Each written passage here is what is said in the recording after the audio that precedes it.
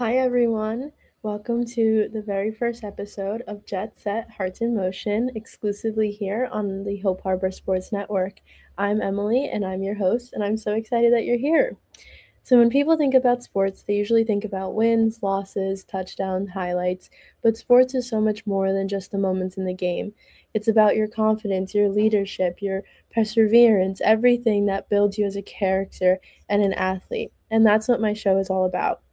Jet Set Hearts in Motion is where sports, leadership, and inspiration all come together. We'll be sitting down with powerful women in sports, in leadership, confidence skills, anything you can think of that a woman might add to the athletic world, we are going to cover on this show. We'll talk about overcoming confidence issues, challenges on and off the field, finding your purpose, finding your position, learning that sometimes the biggest victories in life are those that come with a lot of challenges. So, I just wanted to first start by introducing a little bit about myself. And something you should know is I love sports, whether that be watching sports or playing sports. I have played sports for my entire life. Here are pictures of me. I have done almost every sport you can think of except for basketball and field hockey. But I've done gymnastics, dance, soccer, softball, cheerleading, anything, track. Like, I have tried it all, and I have my fair share of experience in the athletic world. I'm also a rising senior at Drew University. I study sports management and marketing, and my goal is to become a sports lawyer, represent athletes, and build their contracts and help them find their place in their new team. If you met me a few years ago, I was the most unconfident, um, but also like I loved what I did. I loved it. I was so passionate, but I lacked confidence on every aspect, from comparing myself to others, wondering if I was good enough, wanting to quit my sport because I felt like I wasn't as good as the athletes around me. I've always kind of felt like everyone around me knew exactly who they were, and I was still trying to figure it out. And I thought, maybe confidence means like never being nervous or always knowing what to say and when to say it. And I always thought that leaders were simply born super confident and athletic and they never had things to change. And I like, as silly as it sounds, it's true. That's what I've learned. That's the way I was kind of raised in my town that I grew up in. But I've learned that that's not true. Some of my biggest opportunities in life have come from saying yes when all I wanted to do was say no. I went from never touching a softball my freshman year of high school to being the captain junior and senior year. I didn't want to apply for a scholarship and an award at my community college, and I won the scholarship and the national award.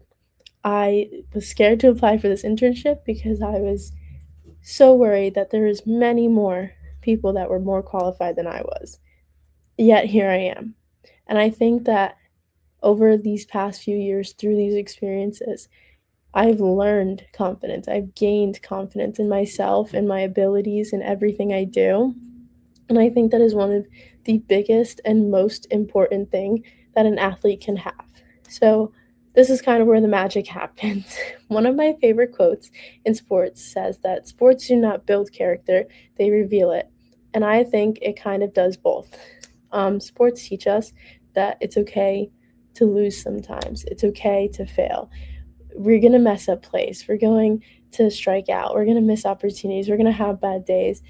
We have rain out games. We play in the rain. There are always million the possibility of how a day can go.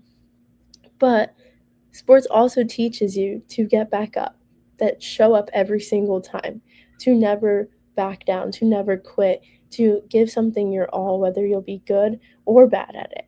It's the ability to continue, to persevere, to build your character mentally, physically, all of it. And that's why the Hope Harbor Jets mean so much to me. It's not just about a football league for individuals. with special abilities. It's about building future leaders, creating opportunities for our athletes to believe in themselves every single day. So when someone asks me, how did you become more confident?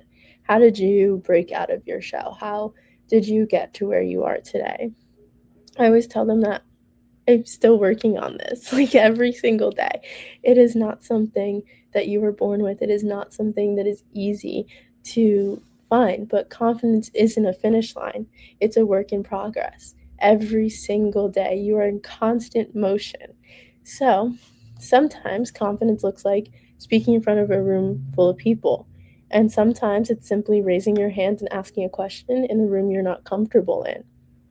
I've found my confidence through failure, through failing, through having to repeat things I didn't want to do again, to starting over, from changing my plans in college, from changing friendships, changing relationships that didn't work for me.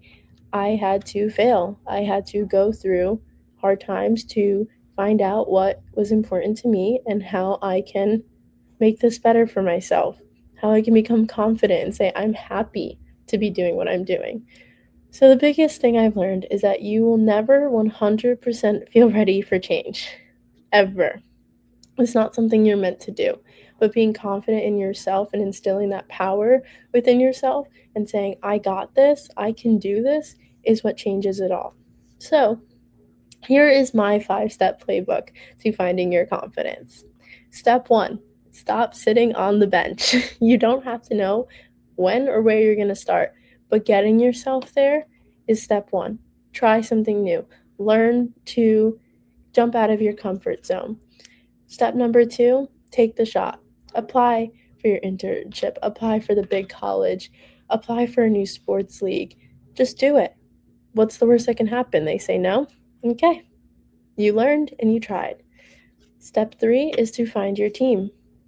The people around you matter more than you ever realize. The reason I am as confident as I am today, as successful as I am today, as all of it, is because of my family, my support system, specifically my mom, my grandparents, like my best friends. They are the reason that I am as confident as I am today. And you should find your team, whether that be your teammates, your classmates, your friends, or your family. All of the people that surround you help motivate you and bring you up more. Step number 4, and the most important step to me, is to give yourself grace. You're allowed to change. You're allowed to grow. You're allowed to start over. You're allowed to cry. You're allowed to feel however you feel. Give yourself grace, but do not give up. And that leads me to step number 5. Stay in motion. Progress does not have to be perfect, but the more you keep going, the more you perfect it. It is true when they say you cannot perfect something. You have to keep doing it. It's not overnight. So, there's one thing I hope you take away from this, is that you don't have to become someone else's definition of confident or successful or perfect. You simply have to become comfortable yourself and build that confidence within yourself. Sports have taught me leadership isn't all about answering questions. It's about showing up, lifting others up, and continuing even when it gets hard. That's why I've created the show Hearts in Motion. None of us are finished growing. We're all still learning and moving forward. And that is why I want to teach those around me to keep doing it. So while this was a simple lesson in my pilot episode, every week I will be going over a spotlight of our crew, a woman who is doing it all. She's got game. She's doing it in the industry, whether that's our industry or the world's industry. I will talk about building leaders, do a simple lesson like this. I can talk about our harbor highlights, and I'll talk about what's next. So I hope you join us to see our special guests, including our founders and our volunteers in the next coming weeks. And I'm so thankful for this opportunity. And I just want to say thank you for joining me on episode 1. I can't wait to introduce you to all of our incredible athletes, our leaders and women that you'll be meeting over the next few weeks. And until next time, just remember, don't sit on the bench, trust the process, and we will build, we will lead, and we will impact all together. Thank you.